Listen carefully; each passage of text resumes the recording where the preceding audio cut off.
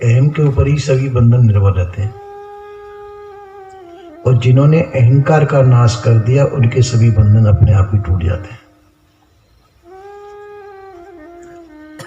संसार को हम देखते हैं और संसार में जो रुचि लेते हैं वो भी अहम के बल पर ही लेते हैं, और उस रुचि के अंदर उस अहम के बल पे ही हम बंध जाते हैं, बड़े अच्छी तरह से कोशिश से बंध जाते हैं। उसको ही हम अपनी शान शौकत समझते हैं। बंधनों में हम रस लेते हैं और बंधन में रस लेके बंधन में बड़ी बुरी तरह से फंस जाते हैं।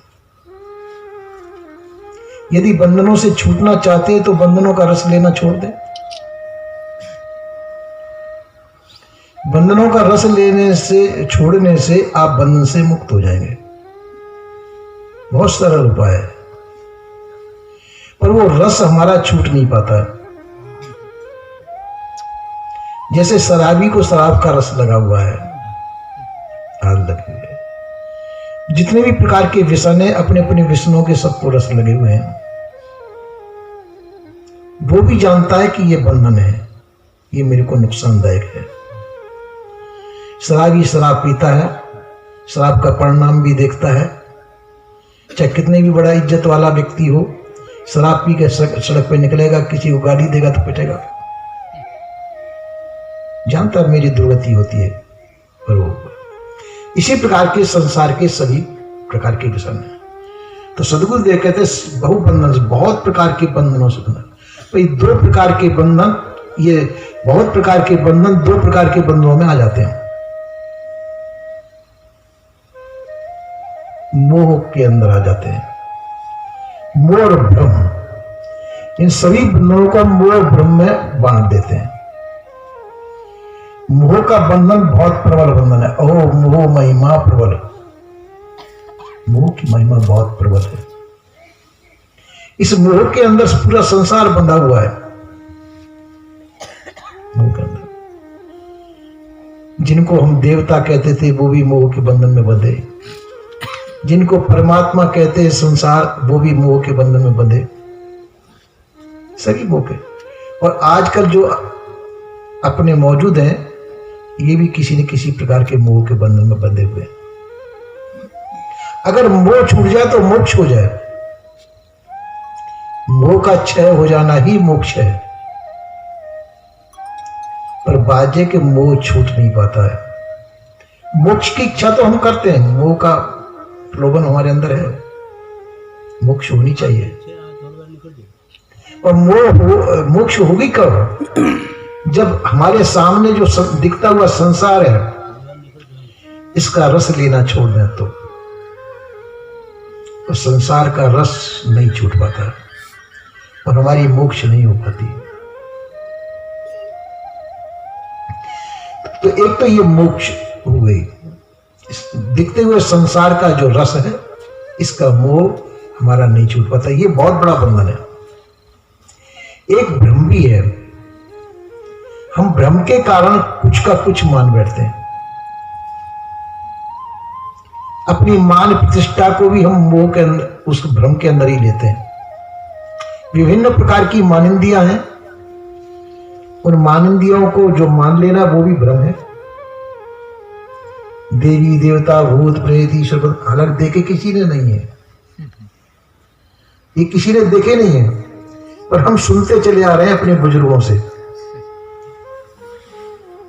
उस भ्रम में हम पड़ जाते हैं, भयभीत होने लग जाते हैं। उस भ्रम के बंधन भी बहुत बड़ा बंधन है।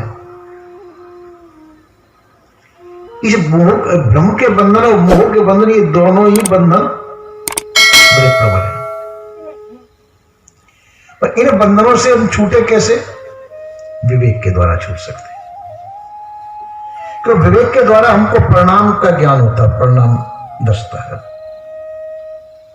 बंधनों को हम पहचानते हैं, ये मोह का बंधन है, ये कहां तक है, कैसा झूठा है।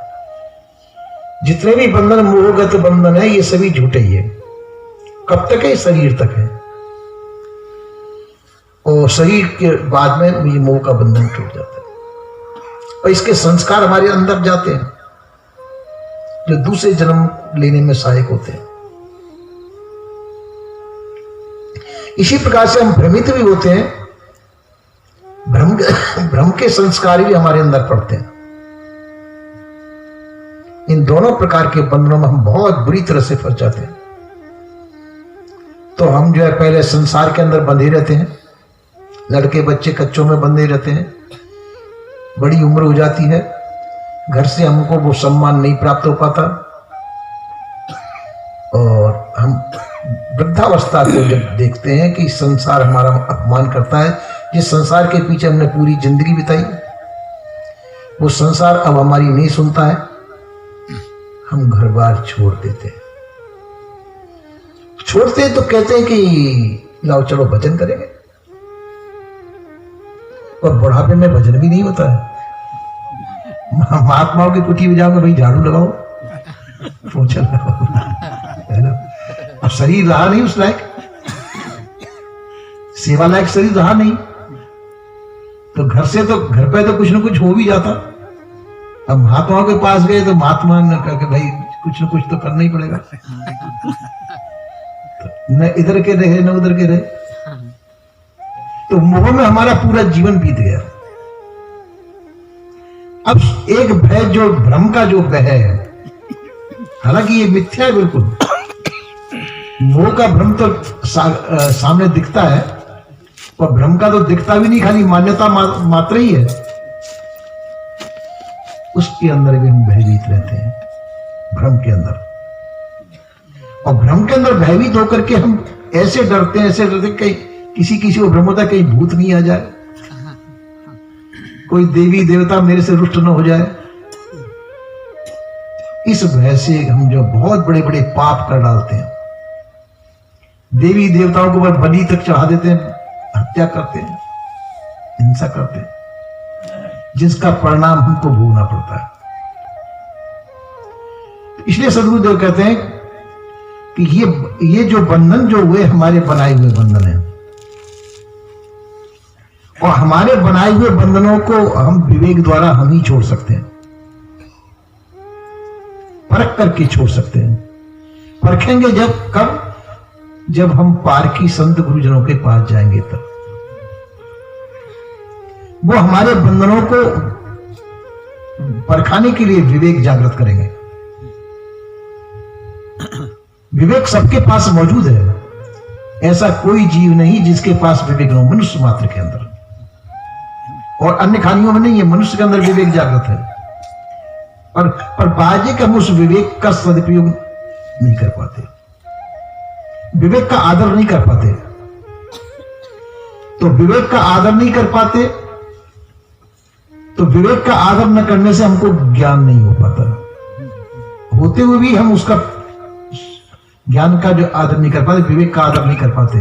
विवेक का आदर न करने से हमारा बंधन नहीं छूट पाता,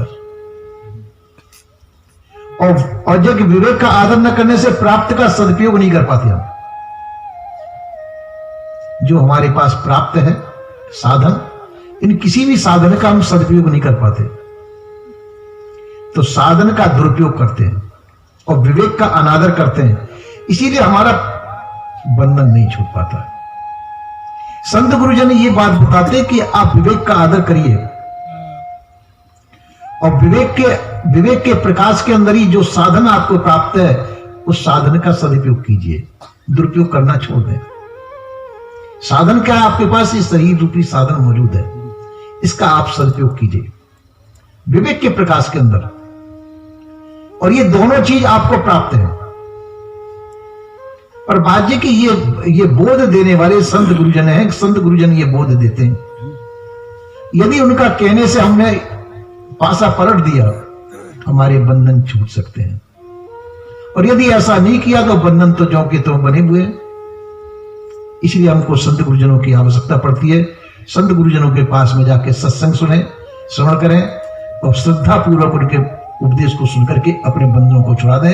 ये मनुष्य जीवन का परम कर्तव्य है। ऐसा कर लिया तो मनुष्य जीवन सफल है, और नहीं तो नहीं। बोलिए श्री सद्गुरुदेव की जय।